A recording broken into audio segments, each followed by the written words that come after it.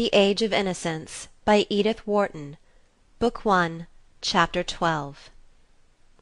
Old-fashioned New York dined at 7, and the habit of after-dinner calls, though derided in Archer's set, still generally prevailed.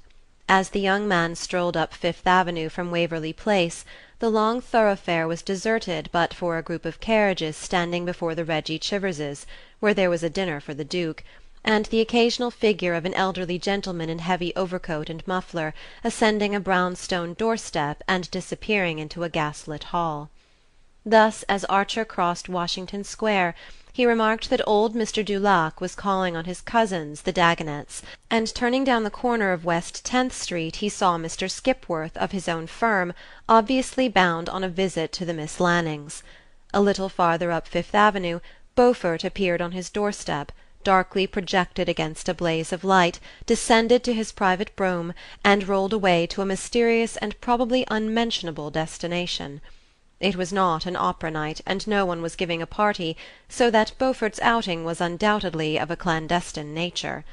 Archer connected it in his mind with a little house beyond Lexington Avenue, in which beribboned window-curtains and flower-boxes had recently appeared, and before whose newly painted door the canary-coloured brougham of Miss Fanny Ring was frequently seen to wait. Beyond the small and slippery pyramid which composed Mrs. Archer's world lay the almost unmapped quarter inhabited by artists, musicians, and "people who wrote." These scattered fragments of humanity had never shown any desire to be amalgamated with the social structure. In spite of odd ways, they were said to be, for the most part, quite respectable, but they preferred to keep to themselves. Medora Manson, in her prosperous days, had inaugurated a literary salon, but it had soon died out owing to the reluctance of the literary to frequent it. Others had made the same attempt, and there was a household of Blenkers, an intense and voluble mother, and 3 blowsy daughters who imitated her, where one met Edwin Booth, and Patty and William Winter, and the new Shakespearean actor George Rignold, and some of the magazine editors and musical and literary critics. Mrs. Archer and her group felt a certain timidity concerning these persons. They were odd, they were uncertain, they had things one didn't know about in the background of their lives and minds. Literature and art were deeply respected in the Archer set, and Mrs. Archer was always at pains to tell her children how much more agreeable and cultivated society had been when it included such figures as Washington Irving, Fitz-Greene Halleck, and the poet of The Culprit Fay. The most celebrated authors of that generation had been gentlemen. Perhaps the unknown persons who succeeded them had gentlemanly sentiments, but their origin, their appearance, their hair, their intimacy with the stage and the opera, made any old New York criterion inapplicable to them. "When I was a girl," Mrs. Archer used to say, "we knew everybody between the Battery and Canal Street, and only the people one knew had carriages. It was perfectly easy to place any one then. Now one can't tell, and I prefer not to try."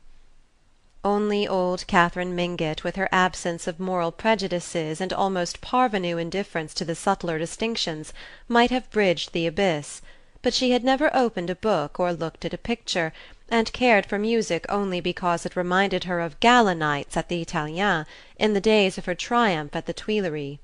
Possibly Beaufort, who was her match in daring, would have succeeded in bringing about a fusion, but his grand house and silk-stockinged footman were an obstacle to informal sociability. Moreover, he was as illiterate as old Mrs. Mingott, and considered "fellows who wrote" as the mere paid purveyors of rich men's pleasures, and no one rich enough to influence his opinion had ever questioned it. Newland Archer had been aware of these things ever since he could remember, and had accepted them as part of the structure of his universe. He knew that there were societies where painters and poets and novelists and men of science, and even great actors, were as sought after as dukes. He had often pictured to himself what it would have been to live in the intimacy of drawing-rooms dominated by the talk of Mérimée, whose Letters à un Inconnu was one of his inseparables, of Thackeray, Browning, or William Morris. But such things were inconceivable in New York, and unsettling to think of. Archer knew most of the fellows who wrote, the musicians and the painters. He met them at the Century, or at the little musical and theatrical clubs that were beginning to come into existence.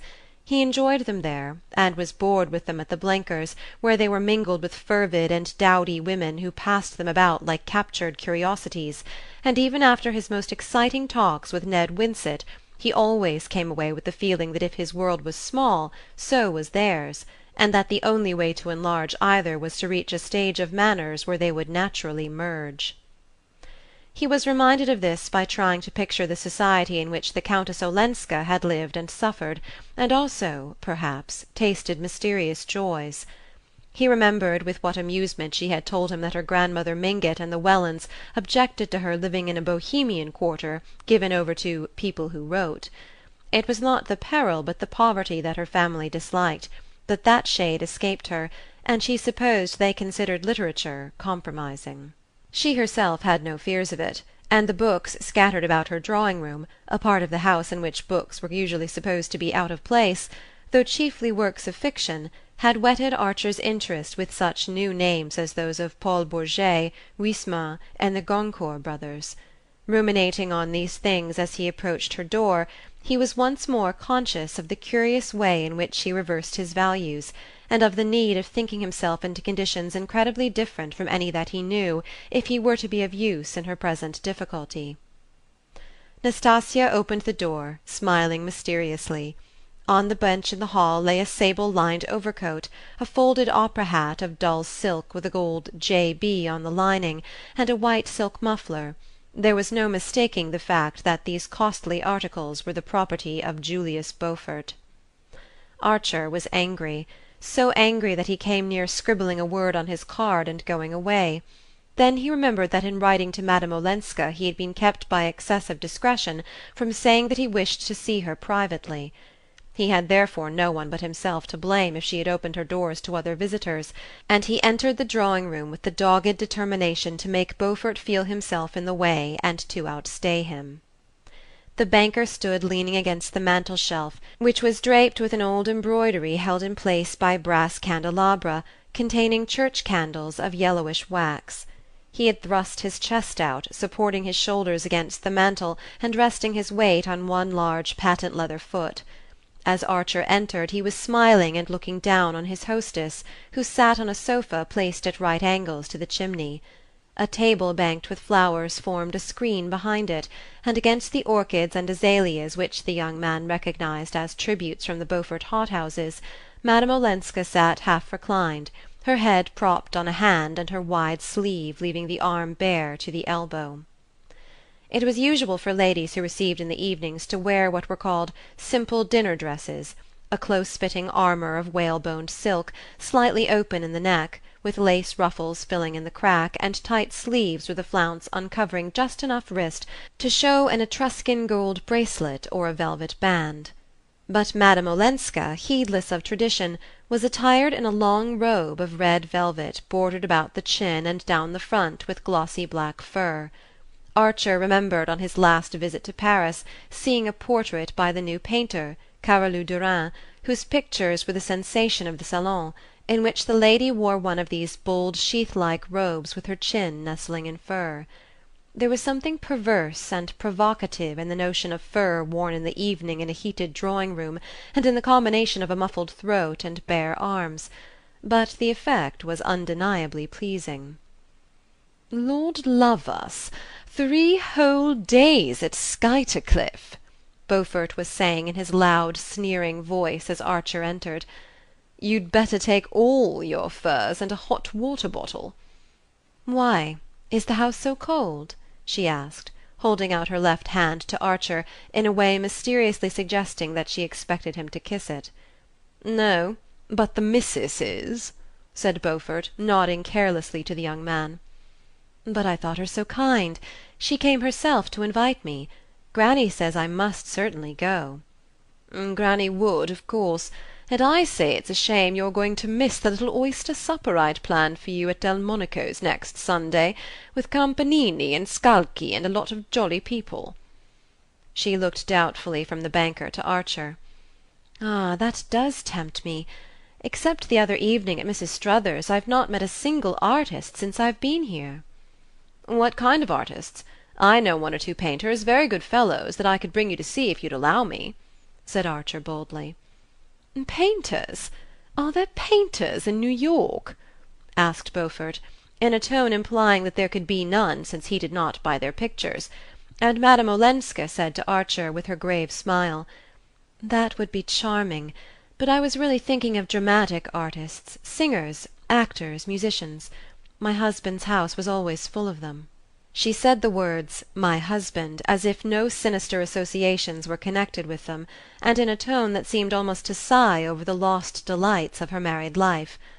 Archer looked at her perplexedly, wondering if it were lightness or dissimulation that enabled her to touch so easily on the past at the very moment when she was risking her reputation in order to break with it. "I do think," she went on, addressing both men, "that the imprévu adds to one's enjoyment. It's perhaps a mistake to see the same people every day."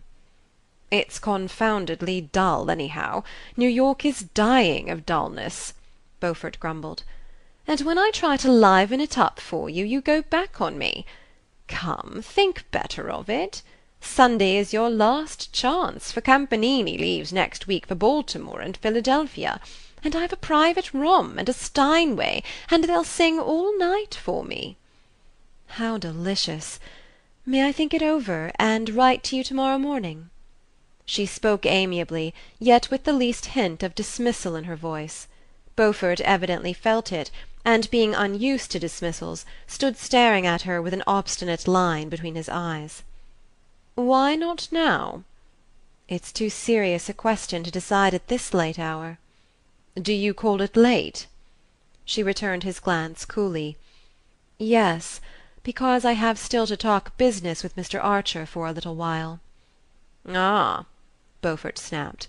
There was no appeal from her tone, and with a slight shrug he recovered his composure, took her hand, which he kissed with a practised air, and calling out from the threshold, "I say, Newland, if you could persuade the Countess to stop in town, of course you're included in the supper," left the room with his heavy important step.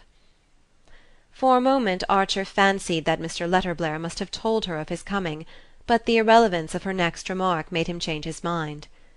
"You know painters, then? You live in their milieu?" she asked, her eyes full of interest. "Oh, not exactly. I don't know that the arts have a milieu here, any of them. They're more like a very thinly settled outskirt." "But you care for such things?" "Immensely. When I'm in Paris or London I never miss an exhibition. I try to keep up." She looked down at the tip of the little satin boot that peeped from her long draperies. "I used to care immensely too. My life was full of such things. But now I want to try not to." "You want to try not to?" "Yes. I want to cast off all my old life to become just like everybody else here." Archer reddened. "You'll never be like everybody else," he said. She raised her straight eyebrows a little. "Ah, don't say that. If you knew how I hate to be different." Her face had grown as sombre as a tragic mask. She leaned forward, clasping her knee in her thin hands, and looking away from him into remote dark distances. "I want to get away from it all," she insisted. He waited a moment and cleared his throat. "I know. Mr. Letterblair has told me." "Ah?" "That's the reason I've come. He asked me to... You see, I'm in the firm." She looked slightly surprised, and then her eyes brightened. "You mean you can manage it for me? I can talk to you instead of Mr. Letterblair? Oh, that will be so much easier!" Her tone touched him, and his confidence grew with his self-satisfaction. He perceived that she had spoken of business to Beaufort simply to get rid of him, and to have routed Beaufort was something of a triumph. "I'm here to talk about it," he repeated. She sat silent, her head still propped by the arm that rested on the back of the sofa. Her face looked pale and extinguished, as if dimmed by the rich red of her dress. She struck Archer of a sudden as a pathetic and even pitiful figure. "Now we're coming to hard facts," he thought, conscious in himself of the same instinctive recoil that he had so often criticized in his mother and her contemporaries. How little practice he had had in dealing with unusual situations! Their very vocabulary was unfamiliar to him, and seemed to belong to fiction and the stage. In face of what was coming he felt as awkward and embarrassed as a boy. After a pause Madame Olenska broke out with unexpected vehemence. I want to be free. I want to wipe out all the past." "I understand that." Her face warmed. "Then you'll help me?" "First," he hesitated, "perhaps I ought to know a little more." She seemed surprised. "You know about my husband? My life with him?" He made a sign of assent. "Well, then, what more is there? In this country are such things tolerated? I'm a Protestant. Our Church does not forbid divorce in such cases." "Certainly not." They were both silent again, and Archer felt the spectre of Count Olenski's letter grimacing hideously between them. The letter filled only half a page, and was just what he had described it to be in speaking of Mr. Letterblair, the vague charge of an angry blackguard. But how much truth was behind it? Only Count Olenski's wife could tell. "I've looked through the papers you gave to Mr. Letterblair," he said at length. "Well, can there be anything more abominable?" "No." She changed her position slightly, screening her eyes with her lifted hand. "Of course you know," Archer continued, "that if your husband chooses to fight the case, as he threatens to—" "Yes?" "He can say things that might be disagreeable to you. Say them publicly, so that they would get about, and harm you even if—" "If?" "I mean, no matter how unfounded they were." She paused for a long interval, so long that, not wishing to keep his eyes on her shaded face, he had time to imprint on his mind the exact shape of her other hand, the one on her knee, and every detail of the 3 rings on her 4th and 5th fingers, among which, he noticed, a wedding ring did not appear. What harm could such accusations, even if he made them publicly, do me here?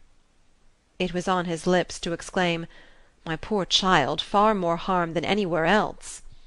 Instead, he answered, in a voice that sounded in his ears like Mr. Letterblair's, "New York society is a very small world compared with the one you've lived in, and it's ruled, in spite of appearances, by a few people with, well, rather old-fashioned ideas." She said nothing, and he continued, "Our ideas about marriage and divorce are particularly old-fashioned. Our legislation favours divorce. Our social customs don't." "Never?" "Well, not if the woman, however injured, however irreproachable, has appearances in the least degree against her, has exposed herself by any unconventional action to offensive insinuations." She drooped her head a little lower, and he waited again, intensely hoping for a flash of indignation, or at least a brief cry of denial. None came. A little travelling clock ticked purringly at her elbow, and a log broke in two and sent up a shower of sparks. The whole hushed and brooding room seemed to be waiting silently with Archer. "Yes," she murmured at length, "that's what my family tell me." He winced a little. "It's not unnatural." "Our family," she corrected herself, and Archer coloured. "For you'll be my cousin soon," she continued gently. "I hope so." "And you take their view?" He stood up at this, wandered across the room, stared with void eyes at one of the pictures against the old red damask, and came back irresolutely to her side. How could he say, "Yes, if what your husband hints is true, or if you've no way of disproving it"? "Sincerely," she interjected, as he was about to speak. He looked down into the fire. "Sincerely, then, what should you gain that would compensate for the possibility, the certainty, of a lot of beastly talk?" "But my freedom! Is that nothing?"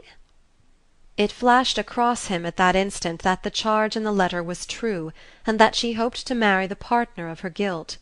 How was he to tell her that, if she really cherished such a plan, the laws of the state were inexorably opposed to it? The mere suspicion that the thought was in her mind made him feel harshly and impatiently toward her. "But aren't you as free as air as it is?" he returned. "Who can touch you? Mr. Letterblair tells me the financial question has been settled."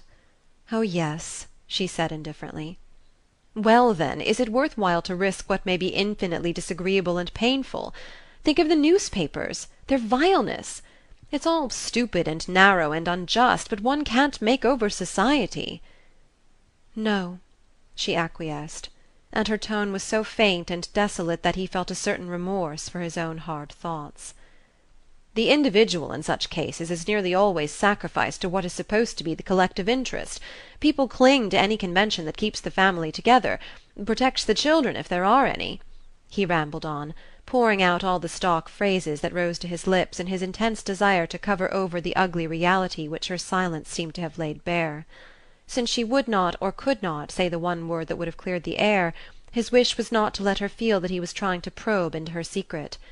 Better keep on the surface, in the prudent old New York way, than risk uncovering a wound he could not heal. "It's my business, you know," he went on, "to help you to see these things as the people who are fondest of you see them. The Mingotts, the Wellands, the Van der Luydens, all your friends and relations. If I didn't show you how honestly they judge such questions, it wouldn't be fair of me, would it?"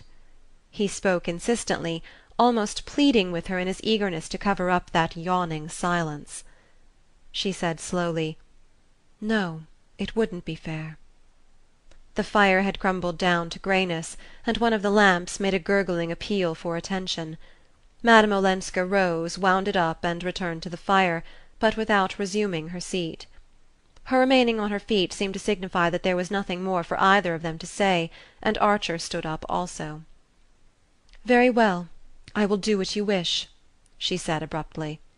The blood rushed to his forehead, and taken aback by the suddenness of her surrender, he caught her two hands awkwardly in his.